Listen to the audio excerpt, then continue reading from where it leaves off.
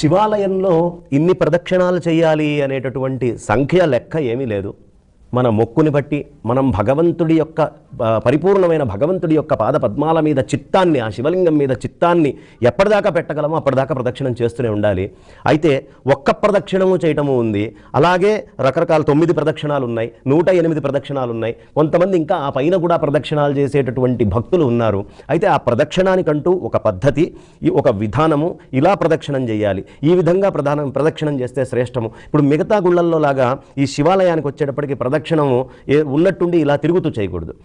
ఒక దగ్గర నుంచి అట్లా సోమసూత్రం దాకా వెళ్ళి మళ్ళీ తిరిగి వచ్చి అలా మళ్ళీ ధ్వజస్తంభం చుట్టూ తిరుగుతూ చేసేటటువంటి ప్రదక్షిణ విధానం శివాలయానికే ఉంటుంది.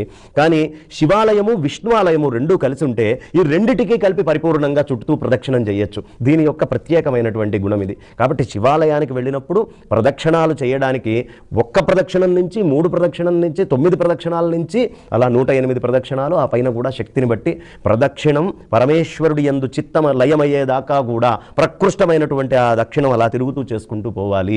ప్రదక్షిణం చేసి తీరాల్సిందే.